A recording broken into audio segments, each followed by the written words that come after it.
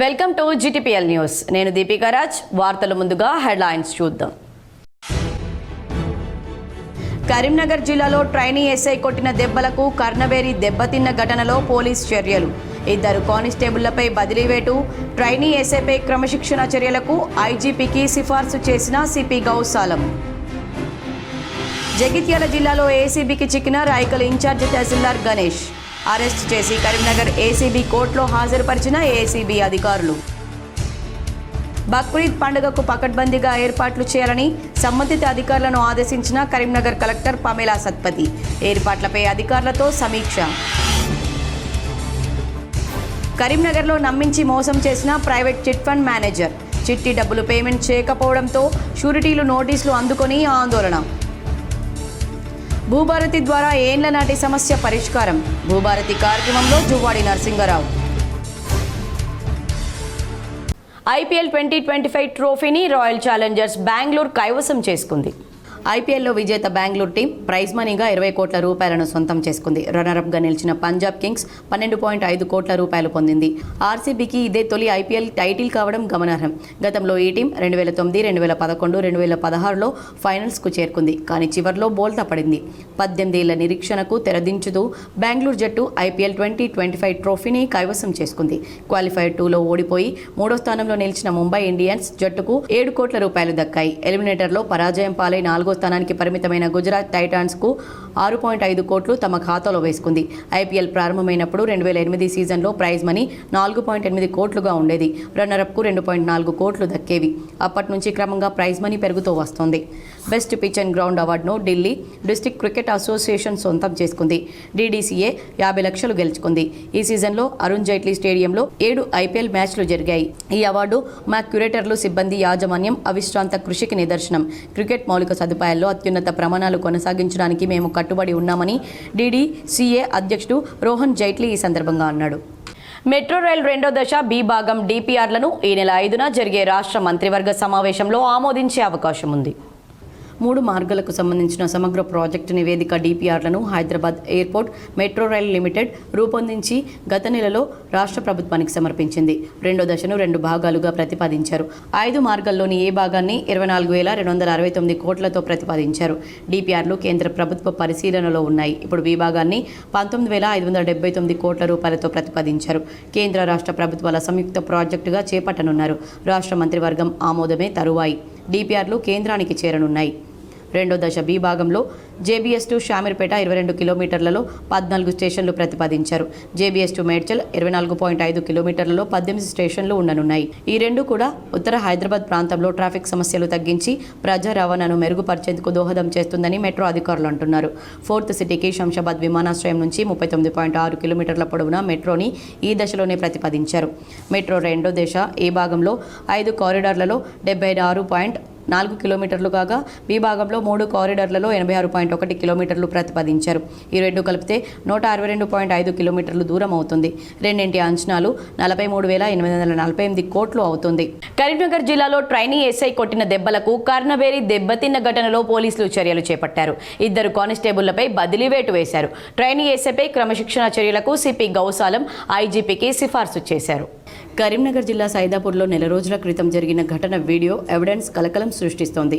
వాహనదారుని చితక్కొట్టిన 2 కానిస్టేబుళ్లపై బదిలీ వేటు వేసి ఎస్ఐపై క్రమశిక్షణ చర్యలకు ఐజీపీకి సిఫార్సు చేశారు కరీంనగర్ సిపి గౌసాలం. గత నెల 8న డ్రంక్ అండ్ డ్రైవ్లో భాగంగా వాహనాలు తనిఖీ చేపట్టారు. అటుగా వచ్చిన బత్తుల మహేందర్ను పోలీసులు ఆపగా ఎందుకు తన వాహనాన్ని ఆపరని ప్రశ్నించడంతో పోలీసులకు మహేందర్కు మధ్య వాగ్వాదం చోటు చేసుకుంది. దీంతో ఎస్ఐ సహనం కోల్పోయి లాఠీతో కొట్టి చెంప చెల్లుమనిపించారు. కాలుతో తన్నాడు. దీంతో మహేందర్ కర్ణవేరి దెబ్బతింది. ఎస్ఐ కొట్టిన సమయంలో ఒకరు వీడియో తీయగా ఆ విజువల్స్ ఇప్పుడు సోషల్ మీడియాలో వైరల్గా మారాయి. జరిగిన ఘటనపై పోలీసు ఉన్నతాధికారులకు బాధితుడు ఫిర్యాదు చేశాడు. మహేందర్తో పాటు పీసీసీ ఎస్సీ సెల్ నాయకులు తిప్పరపు సంపత్ జాతీయ ఎస్సీ కమిషన్కు ఫిర్యాదు చేయగా జాతీయ ఎస్సీ కమిషన్ డీజీపీ జిల్లా సిపికి సమగ్ర విచారణ జరిపి నివేదిక అందించాలని నోటీసులు జారీ చేసింది. నోటీసులు అందుకున్న పోలీసు అధికారులు హుజురాబాద్ ఏసీపీచే విచారణ జరిపించారు. విచారణ నివేదిక ప్రకారం సైదాపూర్ ట్రైనీ ఎస్ఐ అగస్య భార్గవ్పై క్రమశిక్షణ చర్యల కోసం మల్టీ జోన్ ఐజీపీకి నివేదిక ఇచ్చామని సిపి గౌసాలం ప్రకటించారు. కానిస్టేబుల్ అజయ్, ఆకాష్లను హెడ్ క్వార్టర్స్కు అటాచ్ చేస్తూ బదిలీ చేశామని తెలిపారు. విధి నిర్వహణలో ఉన్న పోలీసులతో వాగ్వాదానికి దిగి విధులకు ఆటంకం కలిగించిన బాధితుడు బత్తుల మహేందర్పై కానిస్టేబుల్ల ఫిర్యాదు మేరకు కేసు నమోదు చేశామని ప్రకటించారు. తప్పు చేసిన వారు ఎంతటి వారైనా చర్యలు తప్పవని సిపి గౌసాలం హెచ్చరించారు. ఎస్ఐ భార్గవ్ సైకోలా ప్రవర్తిస్తూ ఇష్టం వచ్చిన బూతులు తిడుతూ బాధితుడు మహేందర్ను కొట్టాడని పీసీసీ ఎస్సీసెల్ నాయకుడు న్యాయవాది తిప్పరపు సంపత్ తెలిపారు. బాధితుడు మహేందర్ తప్పు చేస్తే చట్టపరిధిలో శిక్షించాల్సింది పోయి లాఠీతో కొట్టి కాలుతో తన్నే హక్కు ఎవరిచ్చారని ప్రశ్నిస్తున్నారు. ఎస్ఐ భార్గవ్పై హత్యాయత్నం, అట్రాసిటీ కేసు నమోదు చేయాలని డిమాండ్ చేశారు.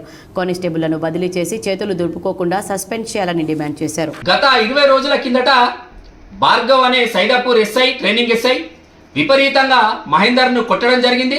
దాని మీద పోలీసు ఉన్నతాధికారులకు ఫిర్యాదు చేయడం జరిగింది. ఇక్కడున్న ఎస్సీ కమిషన్కు, జాతీయ ఎస్సీ కమిషన్కు, ఉమెన్ రైట్స్ కూడా ఎలాంటి చర్య తీసుకోకపోవడం పోలీస్ డిపార్ట్మెంటు చాలా బాధాకరం. మేము ఒకటే అడుగుతున్నాం, ఆయనే కొట్టిండని సాక్ష్యాలు చూపిస్తూ, కర్ణబేరీలు వగిలినని సాక్ష్యాలు చూపిస్తూ, ఆయన కొట్టిన వీపు మీద కొట్టిన దెబ్బలు సాక్ష్యాలు చూపించినా కూడా. జగిత్యాల జిల్లాలో రాయికల్ ఇన్ఛార్జ్ తహసీల్దార్ గణేష్ ఏసీబీకి చిక్కారు. 10,000 లంచం తీసుకుంటూ జగిత్యాల జిల్లా రాయికల్ ఇన్ఛార్జ్ తహసీల్దార్ గణేష్ ఏసీబీకి చిక్కారు. సింగరావుపేటకు చెందిన వ్యవసాయ భూమి రిజిస్ట్రేషన్ కోసం 15,000 డిమాండ్ చేశారు. ఇన్ఛార్జ్ తహసీల్దార్ గణేష్ డాక్యుమెంటరీ రైటర్ ద్వారా 10,000కు డీల్ కుదుర్చుకొని 10,000 స్వీకరిస్తూ ఉండగా రెడ్ హ్యాండెడ్గా ఏసీబీ అధికారులు పట్టుకున్నారు. నగదు సీజ్ చేసి ఇన్ఛార్జ్ తహసీల్దార్ను అరెస్ట్ చేసి కరీంనగర్ ఏసీబీ కోర్టులో హాజరు పరుస్తున్నట్లు ఏసీపీ డీఎస్పీ విజయ్ కుమార్ తెలిపారు. రిజిస్టర్ అతను 1 ఎకరం 20.25 కుంటాస్ ల్యాండ్ రిజిస్ట్రేషన్ చేయించడానికి ఆయన నిన్న వచ్చి మన తహసీల్దార్ గారిని కలిశారు.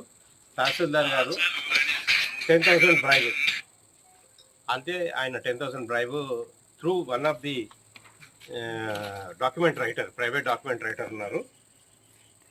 అతని పేరు మొహమ్మద్. బక్రీద్ పండుగకు పకడ్బందీగా ఏర్పాట్లు చేయాలని సంబంధిత అధికారులను కరీంనగర్ కలెక్టర్ పమేలా సత్పతి ఆదేశించారు. ఈ నెల 7న బక్రీద్ పండుగ నేపథ్యంలో కలెక్టరేట్లో సిపి గౌస్ ఆలంతో కలిసి కలెక్టర్ జిల్లా సమన్వయ కమిటీ సమావేశం నిర్వహించారు. పండుగ నిర్వహణ ఏర్పాట్లకు సంబంధించి ముస్లిం మత పెద్దలు పలు సూచనలు చేశారు. అనంతరం కలెక్టర్ మాట్లాడుతూ బక్రీద్ పండుగ నేపథ్యంలో అన్ని శాఖల అధికారులు సమన్వయంతో పనిచేయాలన్నారు.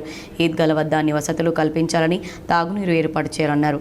నమాజ్ వేళల్లో విద్యుత్కి అంతరాయం లేకుండా అధికారులు చర్యలు తీసుకోవాలని ఆదేశించారు. మసీదుల వద్ద పారిశుద్ధ్య చర్యలు చేపట్టాలని, చెత్తను ఎక్కడ పడితే అక్కడ వేయకుండా వేస్టేజ్ కవర్లను పంపిణీ చేయాలన్నారు. ఇండ్లకు తాగునీటి సరఫరాలో ఇబ్బందులు రాకుండా చూడాలన్నారు. ప్రశాంత వాతావరణంలో పండుగ నిర్వహించుకోవాలని సూచించారు. సిపి గౌస్ ఆలం మాట్లాడుతూ బక్రీద్ పండుగ సందర్భంగా పకడ్బందీగా బందోబస్తు ఏర్పాటు చేస్తామన్నారు. ట్రాఫిక్ ఇబ్బందులు లేకుండా చూస్తామని తెలిపారు. పండుగను సామరస్యంగా జరుపుకోవాలని కోరారు. సమావేశంలో అడిషనల్ కలెక్టర్లు ప్రఫుల్ దేశాయ్, లక్ష్మీ కిరణ్, డిఆర్ఓ వెంకటేశ్వర్లు, ఆర్డీఓ మహేశ్వర్, జిల్లా మైనార్టీ సంక్షేమాధికారి పవన్ కుమార్, ముస్లిం మైనార్టీ సంఘాల ప్రతినిధులు పాల్గొన్నారు. తెలంగాణలో కాంగ్రెస్ ప్రభుత్వం కమిషన్లు, కాంట్రాక్టర్ల కోసమే పనిచేస్తుందని, కాళేశ్వరం ప్రాజెక్టు విషయంలో కేసీఆర్కు నోటీసులు ఇచ్చిన కమిషన్ ఈ ప్రాజెక్టు కోసం 90% పంప్ హౌస్లు కట్టిన మెగా కృష్ణారెడ్డికి ఎందుకు నోటీసులు ఇవ్వలేదని బీఆర్ఎస్ ఎమ్మెల్సీ కల్వకుంట్ల కవిత ప్రశ్నించారు. బుధవారం తెలంగాణ జాగృతి ఆధ్వర్యంలో ఇందిరా పార్క్ ధర్నా చౌక్ వద్ద నిర్వహించిన మహాధర్నాలో మాట్లాడిన కవిత, కాళేశ్వరం ప్రాజెక్టు అంటే కేవలం 3 బ్యారేజీలా అని ప్రశ్నించారు. ఈ ప్రభుత్వం వేసిన కమిషన్ కాళేశ్వరం మిషన్ కాదని, అది కాంగ్రెస్ కమిషన్ అని ఆరోపించారు. కేసీఆర్ కాబట్టి కాళేశ్వరం లాంటి మల్టీ లెవెల్ లిఫ్ట్ ఇరిగేషన్ ప్రాజెక్టును ఆలోచన చేశారని, అదే కాంగ్రెస్ ఇటువంటి ప్రాజెక్టును ఏనాడైనా ఆలోచన చేసిందా అని ప్రశ్నించారు. ప్రాణహిత చేవెళ్ల ప్రాజెక్టులో తెలంగాణకు కేవలం 16 టీఎంసీలు మాత్రమే వచ్చేలా కాంగ్రెస్ ప్రభుత్వం ఆలోచన చేస్తే దాన్ని కేసీఆర్ మార్చి 141 టీఎంసీలకు పెంచారని చెప్పారు. కాళేశ్వరంతో కేసీఆర్కు పేరు వస్తుందని, ఆయన్ను బద్నాం చేయడానికి కుట్ర చేస్తుందన్నారు. నీళ్లిచ్చిన కేసీఆర్కు నోటీసులు ఇవ్వడం అంటే ఇది నిజంగా సిగ్గుచేటని కాంగ్రెస్ నాయకులారా ఖబర్దారని హెచ్చరించారు. గోదావరి నుంచి 200 టీఎంసీల నీళ్లు బనకచర్ల ప్రాజెక్టుకు ఎత్తుకుపోతానని AP CM Chandrababu Naidu collar ఎగరేసి చెప్తుంటే దీన్ని అడ్డుకునేలా లేఖ రాయడానికి సీఎం రేవంత్ రెడ్డికి ఎందుకు ధైర్యం రావడం లేదని ప్రశ్నించారు. అఫెక్స్ కౌన్సిల్ మీటింగ్ పెట్టమని ఎందుకు అడగడం లేదన్నారు. బనకచర్లను తక్షణమే ఆపాలని డిమాండ్ చేశారు. గూడెం వద్ద లింకేజ్ పాయింట్ ఉండాలని, తక్షణమే కేంద్ర ప్రభుత్వానికి రేవంత్ రెడ్డి లేఖ రాయాలని డిమాండ్ చేశారు. కాంగ్రెస్ పార్టీ తెలంగాణకు ద్రోహం చేస్తుంటే బీజేపీ మౌనంగా ఉందన్నారు. చంద్రబాబుపై ఆధారపడే కేంద్రంలో బీజేపీ అధికారంలో ఉందని, అందువల్లే చంద్రబాబు తెలంగాణ జలదోపిడీ చేస్తున్నా కిషన్ రెడ్డి, బండి సంజయ్ ఒక్క మాట మాట్లాడడం లేదన్నారు. బీజేపీలో ఈటల రాజేందర్ అన్న ఒక్కరే తెలంగాణ బిడ్డ ఉన్నారు అని, ఆయన సైతం మాట్లాడడం లేదన్నారు. పదవుల కోసం పెదవులు మూసుకున్నారన్న అపవాదు ఈటలన్న తెచ్చుకోవద్దన్నారు. గోదావరి పెన్నా లింకేజ్ పాయింట్ తుపాకులగూడెం వద్ద నుంచే ఉండేలా ఈటల రాజేందర్ ప్రత్యేక బాధ్యతలు తీసుకోవాలన్నారు.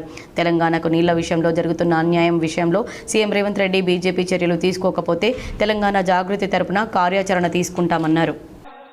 గౌరవనీయులు అపర భగీరథుడు, తెలంగాణ యోధుడు, పెద్దలు, తెలంగాణ ఉద్యమ నాయకులు, తెలంగాణ రాష్ట్ర తొలి ముఖ్యమంత్రి కేసీఆర్ గారికి రాజకీయ దురుద్దేశంతో కాళేశ్వరం కమిషన్ పేరుతోని నోటీసులు ఇవ్వడాన్ని నిరసిస్తూ ఇక్కడ చేపట్టినటువంటి ధర్నాకు ఇంత పెద్ద ఎత్తున హాజరైనటువంటి తెలంగాణ వాదులందరికీ కూడా ఉద్యమాభివందనాలు తెలియజేస్తా ఉన్నాను.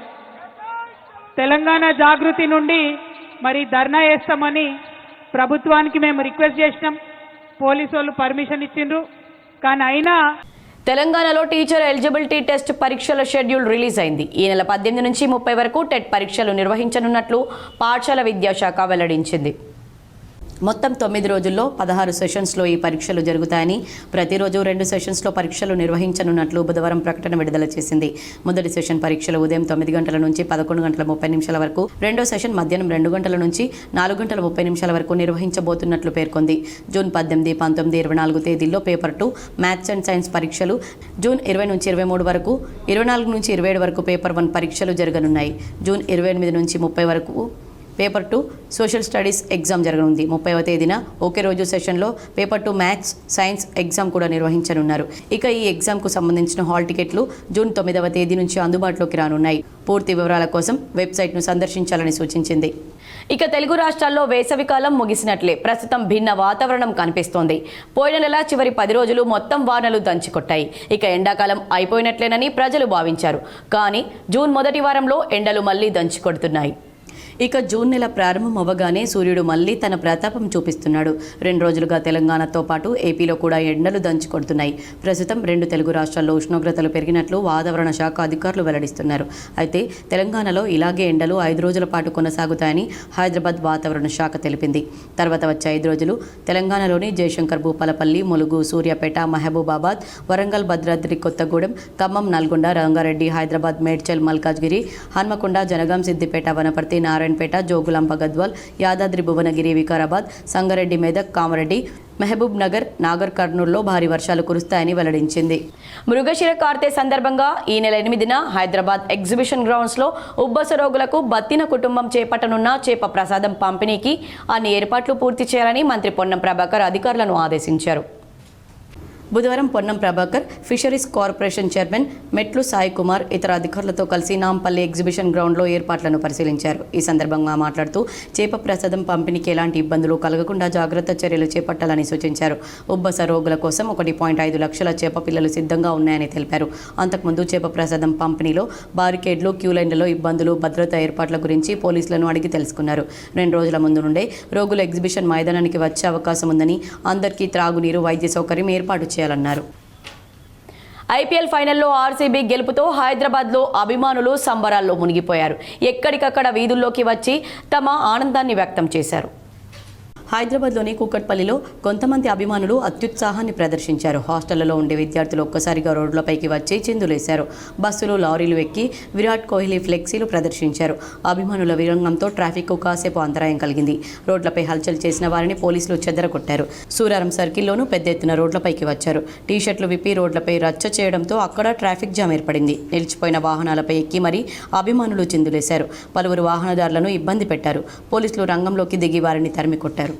ప్రైవేట్ చిట్ ఫండ్లో ప్రభుత్వ ఉద్యోగుల షూరిటీ సంతకం తీసుకుని డబ్బులు చెల్లించకుండా ఇబ్బందులకు గురి చేస్తున్న వ్యక్తిపై చర్యలు తీసుకుని న్యాయం చేయాలని కరీంనగర్లో బాధితులు ఆందోళనకు దిగారు. మోసం చేసిన వ్యక్తి రవికుమార్ ఓ ప్రైవేట్ చిట్ ఫండ్లో మేనేజర్గా పనిచేస్తుండడంతో అతని కార్యాలయం ముందు యాసిడ్ బాటిళ్లతో ఆందోళనకు దిగడం కలకలం సృష్టించింది. శ్రీరామ చిట్ ఫండ్లో 5 లక్షల చిట్టి వేసిన కరీంనగర్కు చెందిన రవికుమార్ చిట్టి ఎత్తుకున్నారు. అందుకు ప్రభుత్వ ఉద్యోగులైన మహేందర్, నరసయ్య, ధనలక్ష్మి అనే ముగ్గురిని షూరిటీలుగా సంతకాలు పెట్టించాడు. చిట్టి ఎత్తుకుని 5 ఏళ్లు అవుతున్న రవికుమార్ సరిగా చిట్టి పేమెంట్ చేయకపోవడంతో షూరిటీలుగా ఉన్న ప్రభుత్వ ఉద్యోగులకు శ్రీరామ చిట్ ఫండ్ నిర్వాహకులు నోటీసులు జారీ చేశారు. నోటీసులు అందుకున్న ఉద్యోగులు ఆవేదనతో ఆందోళన చెందుతూ రవికుమార్ను నిలదీయగా అప్పుడు ఇప్పుడు అంటూ తప్పించుకుని తిరుగుతున్న చేస్తున్నాడని బాధితులు ఆందోళనకు దిగారు. ప్రభుత్వ ఉపాధ్యాయుడైన నర్సయ్య తన కుటుంబంతో కలిసి యాసిడ్ బాటిల్తో రవికుమార్ పనిచేసే మాంగళ్య శ్రీ చిట్ ఫండ్ ముందు బైఠాయించారు. డబ్బులు చెల్లించి తమ ఇబ్బందులు తొలగించాలని వేడుకున్నారు. లేనిచో తమకు ఆత్మహత్య శరణ్యమని ఆవేదన వ్యక్తం చేశారు. బాధితుల ఆందోళనతో పోలీసులు అక్కడికి చేరుకుని డబ్బులు చెల్లించకుండా ఇబ్బందులకు గురి చేస్తున్న రవికుమార్ను అదుపులోకి తీసుకుని స్టేషన్కు తరలించారు. గత 5 ఏళ్లుగా అప్పుడు ఇప్పుడు అంటూ చిట్టి డబ్బులు చెల్లించకుండా షూరిటీలుగా సంతకాలు పెట్టిన వారిని ఇబ్బందులకు గురి చేస్తున్నాడని బాధితులు ఆవేదన వ్యక్తం చేశారు. ఇదివరకు ఓసారి పోలీసులకు ఫిర్యాదు చేసినా న్యాయం జరగలేదని, ఇప్పటికైనా మోసం చేసిన రవికుమార్పై చర్యలు తీసుకొని న్యాయం చేయాలని బాధితులు కోరుతున్నారు. నేను ప్రభుత్వ ఉపాధ్యాయుని కారంగ రవికుమార్ మాంగళ్య ఫండ్ మేనేజరు. నా నుంచి స్కూల్ తీసుకొని శ్రీరామ ఫండ్లో 5 లక్షల చిట్టి చేసి మరి చిట్టి చేసిన డబ్బులు కడతలేమంటే రేపు కడతా మాపు కడతా అని చెప్పి అట్లా 5 సంవత్సరాలు గడిపిండు. మళ్ళీ మేము పోలీస్ స్టేషన్లో కేసు పెట్టినాం. థర్డ్ టౌన్ పోలీస్ స్టేషన్ కరీంనగర్లో పెట్టిన తర్వాత కూడా 8 నెలల నుంచి కూడా నేను మళ్ళీ కడతలే, నేను నెలకి 50,000 కడతా, 10,000 కడతా, 50,000 కడతా, అట్లా కొన్ని కడతా అని చెప్పి అన్నాడు ఎన్నోసార్లు. భూభారతి చట్టం ద్వారా ప్రజల సమస్యలు త్వరగా పరిష్కారం అవుతాయని కోరుట్ల నియోజకవర్గ కాంగ్రెస్ పార్టీ ఇన్ఛార్జ్ జువ్వాడి నరసింగరావు పేర్కొన్నారు. కోరుట్ల నియోజకవర్గంలోని మెట్పల్లి మండలం వెట్టంపేట గ్రామంలో తెలంగాణ రాష్ట్ర ప్రభుత్వం ప్రతిష్టాత్మకంగా నిర్వహిస్తున్న భూభారతి కార్యక్రమంలో పాల్గొని ప్రజల నుండి వచ్చిన వినతులను కోరుట్ల నియోజకవర్గ కాంగ్రెస్ పార్టీ ఇన్ఛార్జ్ జువ్వాడి నరసింగరావు స్వీకరించారు. అనంతరం జువ్వాడి మాట్లాడుతూ కాంగ్రెస్ ప్రభుత్వం ప్రజా అభివృద్ధి సంక్షేమం ధ్యేయంగా కృషి చేస్తుందని, గత ప్రభుత్వం తీసుకువచ్చిన ధరణి ద్వారా ప్రజలు అనేక ఇబ్బందులు పడ్డారని, ఆ ఇబ్బందులను తొలగించే ప్రజా సమస్యల పరిష్కారానికి కాంగ్రెస్ పార్టీ ప్రజా ప్రభుత్వం భూభారతి చట్టాన్ని తీసుకువచ్చిందని, భూభారతి చట్టం ద్వారా ప్రజల సమస్యలు త్వరగా పరిష్కారం అవుతాయన్నారు. భూభారతి సదస్సులో ప్రజలు తమ కష్టాలను జువ్వాడి నరసింగరావు దృష్టికి తీసుకొచ్చి తమ సమస్యలను తీర్చాలని ప్రజలు కోరారు. ఈ కార్యక్రమంలో రెవెన్యూ అధికారులు, మాజీ జెడ్పీటీసీ ఆకుల లింగారెడ్డి, కాంగ్రెస్ బ్లాక్ కమిటీ నాయకులు అల్లూరి మహేందర్ రెడ్డి, గ్రామ నాయకులు, కార్యకర్తలు తదితరులు పాల్గొన్నారు. పెద్దపల్లి డీఓ మాధవిని సస్పెండ్ చేయాలని విద్యార్థి యువజన సంఘాల నాయకులు ఆందోళన చేపట్టారు. పెద్దపల్లి జిల్లా విద్యాధికారిని మాధవి అవినీతి అక్రమాలకు పాల్పడుతున్నారని ఆరోపిస్తూ విద్యార్థి యువజన సంఘాలు కలెక్టరేట్ ముందు ఆందోళనకు దిగారు. 5 ఏళ్లుగా పెద్దపల్లిలో తిష్టవేసి రాజకీయ నాయకుల అండదండలతో అక్రమాలు చేసిందని యువజన విద్యార్థి సంఘాల ప్రతినిధులు ఆరోపించారు. సమగ్ర శిక్ష నిధులు 65 లక్షలు గోల్మాల్ చేసిందని, టీచర్ ట్రైనింగ్ క్యాంపుల నిర్వహణ నిధుల్లో 35 లక్షల కుంభకోణం జరిగిందని ఆరోపించారు. ప్రైవేట్ పాఠశాలల భాగస్వామ్యంతో పాటు అన్ని స్కూళ్లలో అక్రమ వసూలు చేపడుతున్నారని విమర్శించారు.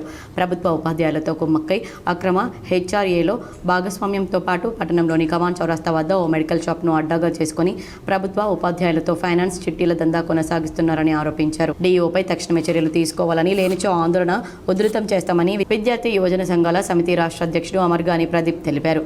డీఓను సస్పెండ్ చేసి అవినీతిపై క్రిమినల్ కేసులు నమోదు చేయాలని డిమాండ్ చేశారు. పెద్దపల్లి జిల్లా విద్యాధికారిగా గత 5 సంవత్సరాలుగా ఇన్ఛార్జ్ విద్యాధికారిగా కొనసాగుతున్నటువంటి మాధవి గారు ఈ నిబంధనల విరుద్ధంగా ఒకే పోస్టులో 3 సంవత్సరాలకు పైగా, ఒకే జిల్లాలో 5 సంవత్సరాలకు పైగా పనిచేయకూడదనే నిబంధనలు ఉన్నప్పటికీ కూడా వాటన్నింటినీ కాలరాస్తూ ఇక్కడ ఎక్కువ కాలం పనిచేసిన కారణంగా ఇక్కడ రాజకీయంగా అధికారులతోటి రాజకీయంగా పలుకుబడిని పెంచుకొని అక్రమంగా ఇక్కడ కొనసాగుతూ ఇక్కడ పట్టు సాధించి ప్రతి అంశంలో వేలు పెడుతూ అక్రమాలకు, అవినీతి అక్రమాలకు పాల్పడుతూ ఉన్నది. ఈమె సమగ్ర శిక్ష కేంద్ర ప్రభుత్వ నిధులు, సమగ్ర శిక్ష నిధులలో కూడా ప్రజాభివృద్ధి సంక్షేమమే కాంగ్రెస్ ప్రభుత్వ ధ్యేయమని కోరుట్ల నియోజకవర్గ కాంగ్రెస్ పార్టీ ఇన్ఛార్జ్ జువ్వాడి నరసింగరావు పేర్కొన్నారు. జగిత్యాల జిల్లా కోరుట్ల పట్టణంలోని జిఎస్ గార్డెన్స్లో బుధవారం ఇంద్రమ్మ ఇండ్ల ప్రొసీడింగ్ పత్రాల పంపిణీ కార్యక్రమాన్ని చేపట్టారు. ఈ కార్యక్రమానికి ముఖ్య అతిథిగా కోరుట్ల నియోజకవర్గం కాంగ్రెస్ పార్టీ ఇన్ఛార్జ్ జువ్వాడి నరసింగరావు విచ్చేసి మాట్లాడుతూ ఇంద్రమ్మ ఇండ్ల ప్రొసీడింగ్ పత్రాల పంపిణీతో లబ్ధిదారులు ఆనందం వ్యక్తం చేస్తున్నారన్నారు. కాంగ్రెస్ పార్టీ ప్రభుత్వం ప్రతిష్టాత్మకంగా చేపట్టిన ఇంద్రమ్మ ఇండ్ల ప్రొసీడింగ్ పత్రాల పంపిణీ కార్యక్రమాన్ని ఇంద్రమ్మ కమిటీ సభ్యులతో కలిసి అర్హులైన లబ్ధిదారులైన 502 మంది ప్రొసీడింగ్ పత్రాల పంపిణీ చేయడం జరిగిందన్నారు. కాంగ్రెస్ పార్టీ అంటేనే పేదల పార్టీ అని, ప్రజా అభివృద్ధి సంక్షేమమే ధ్యేయంగా కాంగ్రెస్ పార్టీ ప్రభుత్వం కృషి చేస్తుందన్నారు. గత అసెంబ్లీ ఎన్నికల్లో ఇచ్చిన హామీ మేరకు పేద ప్రజల సొంతింటి కల సాకారం చేయడం కోసం ఇంద్రమ్మ ఇళ్ల ప్రొసీడింగ్ పత్రాల పంపిణీ కార్యక్రమం చేపట్టడం జరిగిందన్నారు. గత బీఆర్ఎస్ ప్రభుత్వం 10 సంవత్సరాలు అధికారంలో ఉండి కనీసం అర్హులైన లబ్ధిదారులకు ఇండ్లు పంపిణీ చేయకుండా కేవలం తమ పార్టీ నాయకులకు, కార్యకర్తలకు మాత్రమే పంపిణీ చేసిందన్నారు. కాంగ్రెస్ పార్టీ ప్రభుత్వం ఏర్పడిన తర్వాత 18 నెలల వ్యవధిలోనే జనాభా ప్రాతిపదికన అర్హులైన వాళ్ళందరికీ ఇంద్రమ్మ ఇండ్లు మంజూరు పత్రాలను అందజేయడం జరుగుతుందన్నారు. పేదవారు కూడా సన్న బియ్యంతో కడుపు నిండా తినాలనే సంకల్పంతో కాంగ్రెస్ పార్టీ ప్రభుత్వం రేషన్ కార్డుదారులందరికీ రేషన్ దుకాణాల ద్వారా సన్న బియ్యం పంపిణీ కార్యక్రమాన్ని కొనసాగిస్తుందన్నారు. ఈ కార్యక్రమంలో కోరుట్ల కాంగ్రెస్ పార్టీ పట్టణ అధ్యక్షులు తిరుమల గంగాధర్, కోరుట్ల పట్టణ వివిధ హోదాల్లో ఉన్న నాయకులు, కార్యకర్తలు, లబ్ధిదారులు తదితరులు పాల్గొన్నారు. అప్పుడు ప్రభాకర్ గారు కానీ, మధు గారు కానీ, భూషణ్ వీళ్ళంతా సీనియర్ అంతా కూడా చాలా మంది అప్పుడు ఏ పని అవసరం ఉన్నా వారిని అడిగి ఇమీడియట్ గా తక్షణమే ప్రజా సమస్యల కోసం పొరుగు నియోజకవర్గంలో ఎట్లా పనిచేసిందో అదే విధంగా నేను కూడా ఎప్పుడు మీ అందుబాటులో ఉండి పనిచేస్తా ఉన్నాను. ఈ అధికారులను కూడా ఇబ్బంది పెట్టలేదు. మా దగ్గర కానీ మా కుటుంబంలో ఉన్న గొప్పతనం ఎన్నడూ కూడా ఈ అధికారిని ఇబ్బంది పెట్టలేదు. కన్నడ ప్రజలు ఫుల్ కొట్టేశారు. బీర్లు ఆల్కహాల్తో కడుపు నింపేశారు. ఆర్సీబీ టైటిల్ కొట్టిన ఆనందంలో తెగ తాగేశారు. మంగళవారం ఒక్కరోజే కర్ణాటక రాష్ట్రంలో 157 కోట్ల ఖరీదైన మద్యం అమ్ముడుపోయింది. ఈ ఏటి ఐపీఎల్ను బెంగళూరు జట్టు గెలిచిన విషయం తెలిసిందే. ఫైనల్లో పంజాబ్పై ఆర్సీబీ అద్భుత విజయాన్ని నమోదు చేసింది. అయితే ఆ సందర్భాన్ని కర్ణాటక ప్రజలు తెగ ఎంజాయ్ చేశారు. మద్యం తాగే క్రికెట్ అభిమానులు అయితే ఫుల్ జోష్తో నిండిపోయారు. మంగళవారం ఒక్కరోజే కర్ణాటకలో అత్యధిక స్థాయిలో మద్యం అమ్ముడుపోయింది. లిక్కర్ సేల్స్ ద్వారా 157 కోట్లు ఆర్జించారు. జూన్ 3వ తేదీన ఒక్కరోజే సుమారు 1.48 లక్షల బీరు బాక్సులు అమ్ముడుపోయినట్లు తెలుస్తోంది. ఆ మద్యం అమ్మకాల ద్వారా సుమారు 30.66 కోట్ల ఆదాయం వచ్చింది. దీంతో పాటు ఇతర మద్యం బాటిల్ అమ్మకాలు కూడా జోరుగా సాగాయి. బీర్లే కాకుండా ఇతర బాటిళ్లను సుమారు 1.28 లక్షల బాక్సుల సీసాలు వినియోగించినట్లు తెలుస్తుంది. వాటి మొత్తం విలువ సుమారు 127.88 కోట్లు ఉంటుందని అంచనా వేస్తున్నారు. గత ఏడాది ఇదే రోజున కర్ణాటకలో కేవలం 0.36 లక్షల బీరు బాక్సులు మాత్రమే అమ్ముడుపోయాయి. అప్పుడు కేవలం 6.29 కోట్ల ఆదాయం వచ్చింది. ఈసారి జూన్ 3వ తేదీన కేవలం బీర్ల అమ్మకాలతో సుమారు 30.66 కోట్ల ఆదాయం వచ్చింది. ఆల్కహాల్ స్పిరిట్స్ సేల్ ద్వారా గత ఏడాది ఇదే రోజున 19.41 కోట్ల ఆదాయం వచ్చింది. రాష్ట్ర వ్యాప్తంగా మంగళవారం ఒక్కరోజే లిక్కర్ సేల్స్ ద్వారా సుమారు 157.94 కోట్లను ఆర్జించింది. గత ఏడాది జూన్ 3వ తేదీన అన్ని రకాల ఆదాయం మొత్తం కేవలం 25 కోట్లు మాత్రమే. అంటే ఈసారి ఒక్కరోజే 132.24 కోట్ల ఆదాయాన్ని అధికంగా ఆర్జించినట్లు తెలుస్తోంది. బాలికా సాధికారత వర్క్షాప్లో పాల్గొన్న 120 మంది బాలికలు జీవితంలో గొప్ప స్థాయికి చేరుకోవాలని పెద్దపల్లి జిల్లా కలెక్టర్ కోయా శ్రీహర్ష ఆకాంక్షించారు. రామగుండం ఎన్టీపీసీలో నిర్వహించిన బాలికా సాధికారత మిషన్ వర్క్షాప్ 2025 ముగింపు వేడుకల్లో కలెక్టర్ పాల్గొన్నారు. ఈ సందర్భంగా కలెక్టర్ ఎన్టీపీసీ సంస్థ ఏర్పాటు చేసి 50 సంవత్సరాల పాటు నిర్విరామంగా ప్రజలకు అవసరమైన విద్యుత్ ఉత్పత్తి విజయవంతం చేస్తూ దేశాభివృద్ధికి బాటలు వేయడం పట్ల గర్వంగా ఉందన్నారు. ఎన్టీపీసీ సంస్థను సమర్థవంతంగా నిర్వహిస్తున్న యాజమాన్యాన్ని ఉన్నతాధికారులకు సిబ్బందికి కలెక్టర్ అభినందనలు తెలిపారు. బాలికా సాధికారత మిషన్ వర్క్షాప్ 2025 క్రింద 120 మంది బాలికలకు 30 రోజుల పాటు శిక్షణ అందించారని తెలిపారు. బాలికలు శిక్షణ ముగిసిన తర్వాత మంచి ఆత్మవిశ్వాసం స్పష్టంగా తెలుస్తోందని, ఈ మార్పు సాధ్యం చేసిన ఎన్టీపీసీ సంస్థకు కృతజ్ఞతలు తెలిపారు. బాలికా సాధికారత మిషన్ వర్క్షాప్ 2025ను పూర్తి చేసుకున్న బాలికలు ఇతరులకు ఆదర్శంగా నిలవాలని, రాబోయే 5-10 సంవత్సరాల తర్వాత 120 మంది బాలికలు గొప్ప స్థాయికి ఎదగాలని కలెక్టర్ ఆకాంక్షించారు. ఈ కార్యక్రమంలో ఎన్టీపీసీ ఈడీ చందన్ కుమార్ సామంత, రాఖీ సామంత, విజయ్ కుమార్, సిగ్ధర్, సింగరాయ్, బాబర్ సలీం పాషా, ప్రవీణ్ చౌదరి, వేముగంటి యుగేందర్ రావు, సిఎస్ఆర్, హెచ్ఆర్ సంబంధిత అధికారులు పాల్గొన్నారు. స్థానిక సంస్థల ఎన్నికల సన్నాహాలు ప్రారంభమయ్యాయి. త్వరలో ఎన్నికలు నిర్వహించేందుకు సర్కారు కసరత్తు చేస్తోంది. కరీంనగర్ మున్సిపల్ కార్పొరేషన్లో డివిజన్ల పునర్విభజన ప్రక్రియ చేపట్టారు. ఇదివరకు 60 ఉన్న డివిజన్లను 66 డివిజన్లుగా విభజించి ఒక్క డివిజన్లో 5,000 మంది ఓటర్లు ఉండేలా చేశారు. డివిజన్లో పునర్విభజనపై అభ్యంతరాలను రేపటి నుంచి వారం రోజుల పాటు స్వీకరిస్తారు. కొత్తపల్లి మున్సిపాలిటీతో పాటు 6 గ్రామ పంచాయతీలు కార్పొరేషన్లో విలీనం చేయడంతో డివిజన్ల సంఖ్య 66కు పెరిగింది.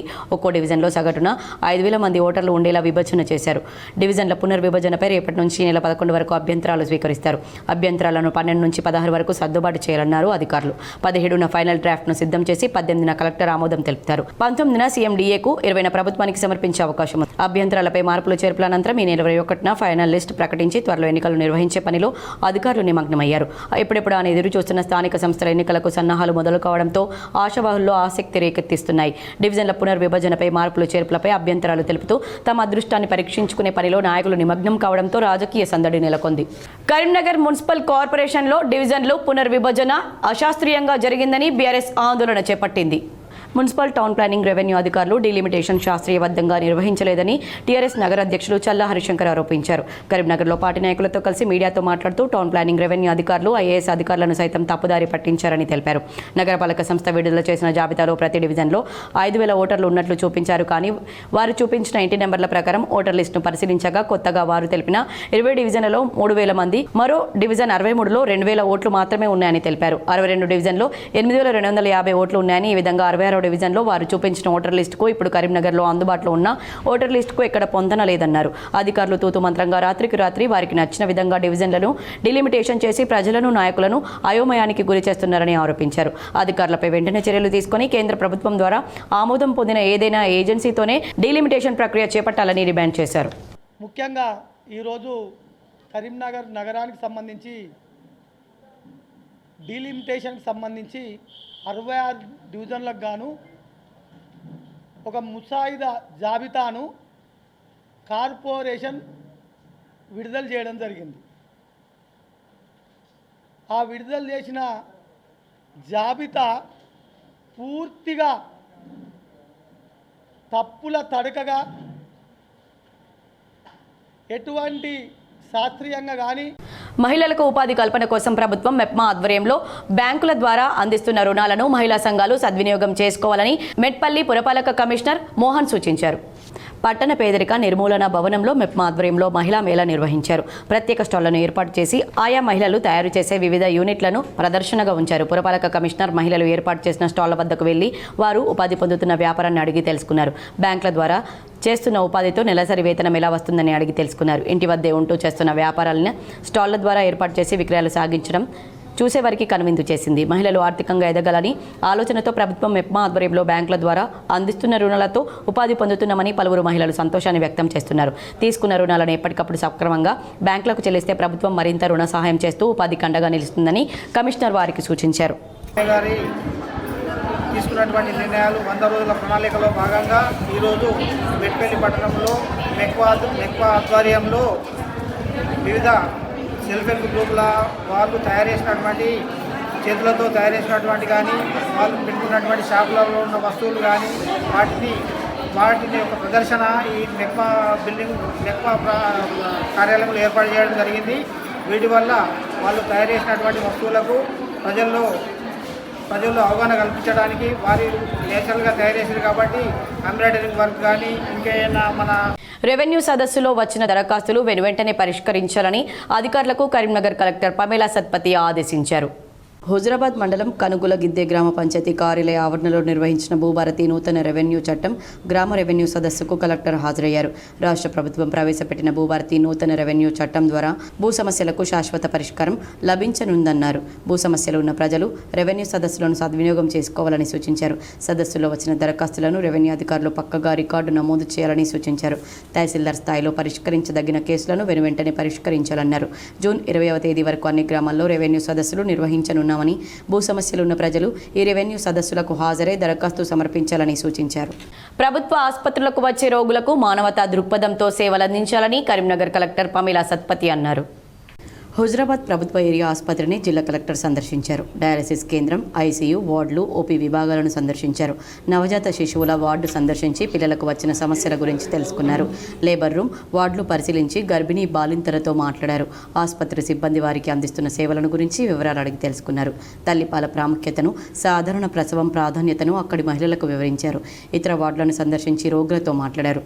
ఆసుపత్రిలోని కాన్ఫరెన్స్ హాల్లో వైద్యాధికారులు, మెడికల్ ఆఫీసర్లతో సమీక్ష సమావేశం నిర్వహించారు.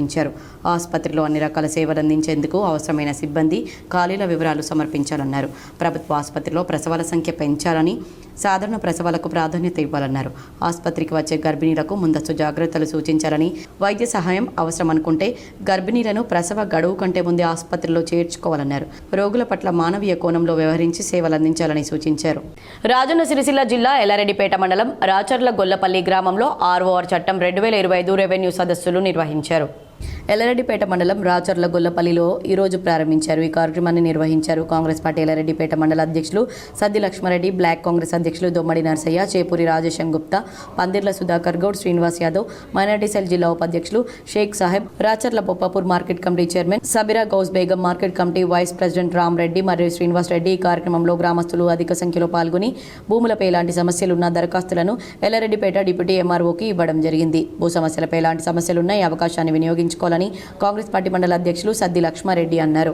ఒకరి పేరు మీద ఉన్న భూములు ఒకరి పేరు మీద ఎక్కిన, ఏమన్నా తల్లిదండ్రి పేరు మీదకి వెళ్ళి కూడా మనకు రావాలనుకున్నా కూడా అటువంటి ఏమన్నా ఉండి నీ పేరు మీద భూమి ఇంకొకరి పేరు మీద ఉన్నదనుకో, ఆ భూమి నీకు రావాలన్నా అప్లికేషన్ పెట్టుకున్నట్టయితే అవన్నీ ఎంఆర్ఓ గారు సెట్ చేసి పాస్బుక్ ఇవ్వడం జరుగుతుంది. కాబట్టి మీరందరూ ఆ రేవంత్ రెడ్డి గారు ఇదొక కార్యక్రమం మంచి రైతులకు ఇబ్బంది అవుతుందనే ఉద్దేశం కొద్దీ ఆ భూభారత్ అనేది ఏర్పాటు చేయడం జరిగింది. ఆధార్ వల్ల చాలా నష్టాలు జరిగినాయి.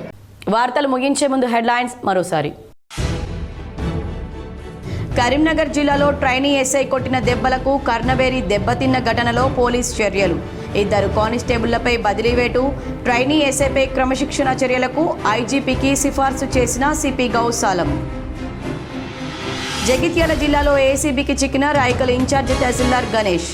అరెస్ట్ చేసి కరీంనగర్ ఏసీబీ కోర్టులో హాజరుపరిచిన ఏసీబీ అధికారులు. బక్రీద్ పండుగకు పకడ్బందీగా ఏర్పాట్లు చేయాలని సంబంధిత అధికారులను ఆదేశించిన కరీంనగర్ కలెక్టర్ పమేలా సత్పతి. ఏర్పాట్లపై అధికారులతో సమీక్ష. కరీంనగర్లో నమ్మించి మోసం చేసిన ప్రైవేట్ చిట్ ఫండ్ మేనేజర్. చిట్టి డబ్బులు పేమెంట్ చేయకపోవడంతో షూరిటీలు నోటీసులు అందుకొని ఆందోళన. భూభారతి ద్వారా ఏండ్ల నాటి సమస్య పరిష్కారం. భూభారతి కార్యక్రమంలో జువ్వాడి నరసింగరావు.